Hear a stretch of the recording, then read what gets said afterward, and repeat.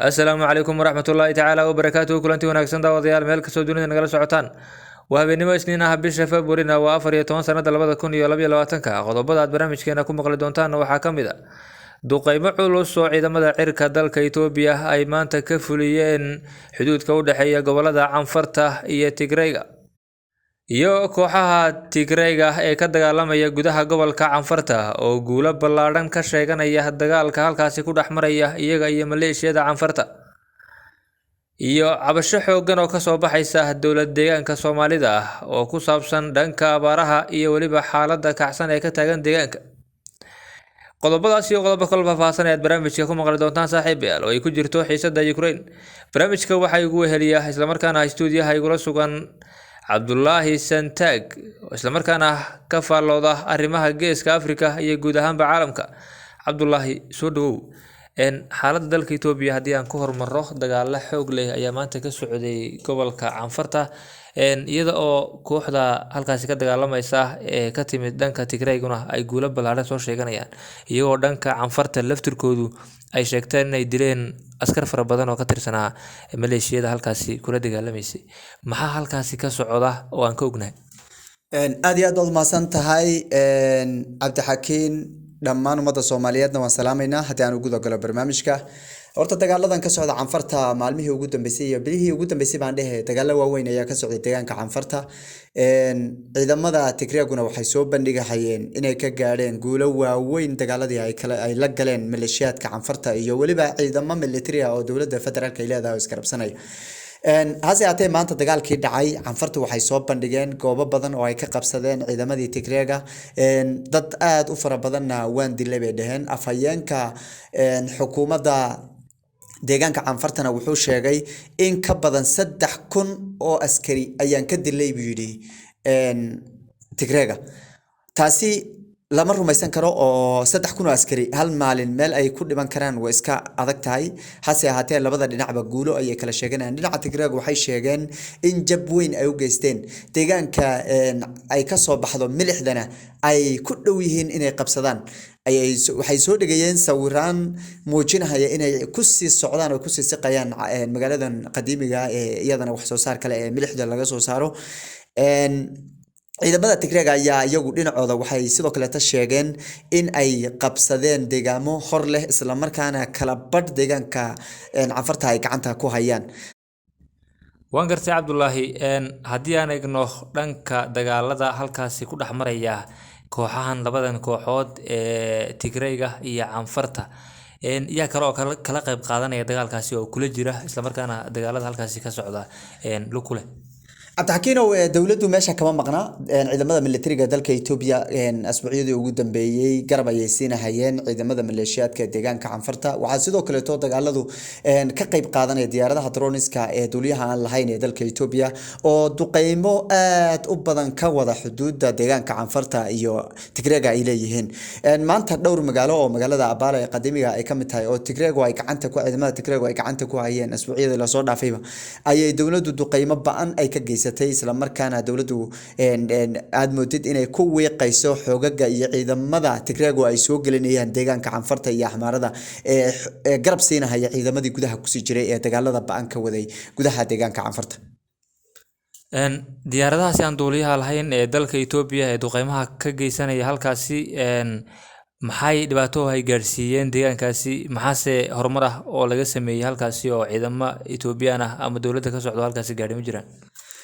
ciidamadu goobaha hadda lagu dagaalamayo way joogan hase ahaatee dhinacan hadda laga sameeyay dawladdu ay ka wada duqeymaha wax ciidana kuma sugna waxa jooga ciidamo aad u fara badan oo Tigreegu ay maalmihii ugu dambeysayba ku soo daadgureynayeen si ay ciidamadan kale ay garab u siiyaan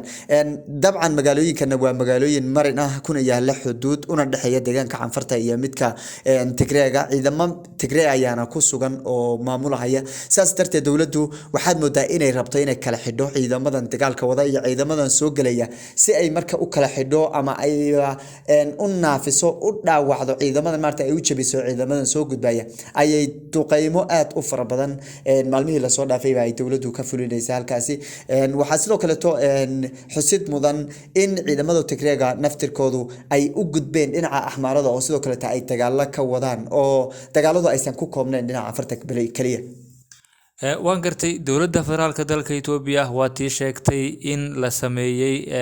isla markaana la joojiyay dagaaladii kala dhaxeeyay iyo TPLF-ta TPLF-tu waxa ay sheegtay inaanay dagaalka canfarta wax lug ah ku lahayn oo xilligan aanay jirin ciidamo TPLF ka socda oo ku sugan gudaha gobolka canfarta dowladduna way ka gaabsatay in ay tiraahdo dagaalkaasi si toosan ugu jira maxaa halkaasi ka jira oo labada dhinacba ay dagaalkaasi iskaga qaranayaan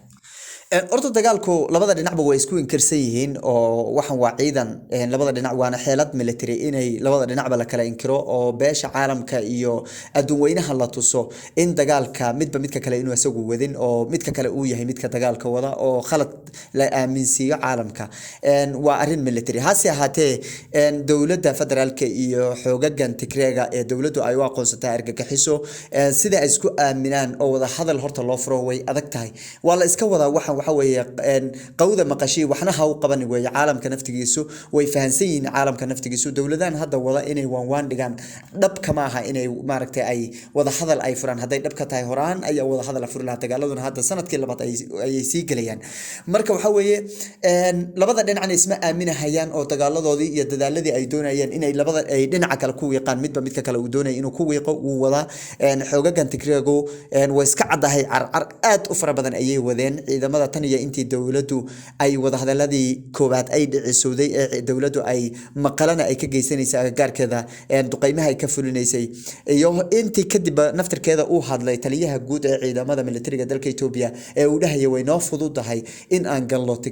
دجان كتجرجة إذا ماذا تجرجة السر قال لنا أي أسوق قال دجا مثلا أنتي ماركتي وقت جاس أنتي وده حيس هذانا ciidamada si xawli ayaa loo soo gelinayay oo waxay wadeen abaabulo ciidan oo xataa ay ku qoriyaan ciidamo cusub kuwii gudaha joogay Tigreegana lagu soo gelinaya deegaanka canfarta iyo midka axmaarada marka waxaad moodaa in dagaalku uu si rasmi ah oo xoogan oo sidii horeba ka daran uu hadda u bilowday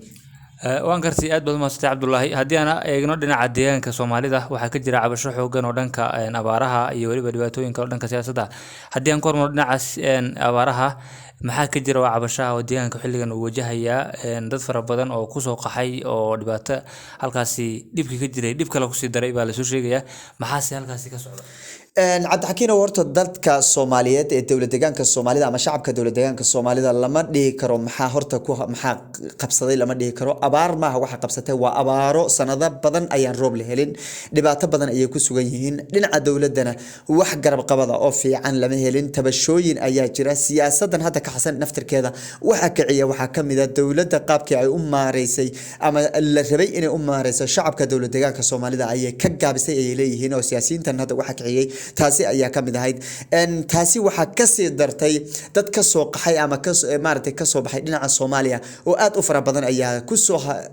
soo degay dowlad deegaanka ku soo kordhayay bilihii ugu dambeysayba oo shacabku hadda ay dareemayaan culays aad u weyn siyaasiyiin badan ayaana ka hadashay oo madaxweynayaal dowlad deegaanka Soomaaliya ay ka mid yihiin oo sheegay in 3 sano ugu dambeysayba dhulka Soomaaliyeed loo taaglayahay qaabkii loo maareyn lahaa dadka Soomaaliya ka soo galaya oo ay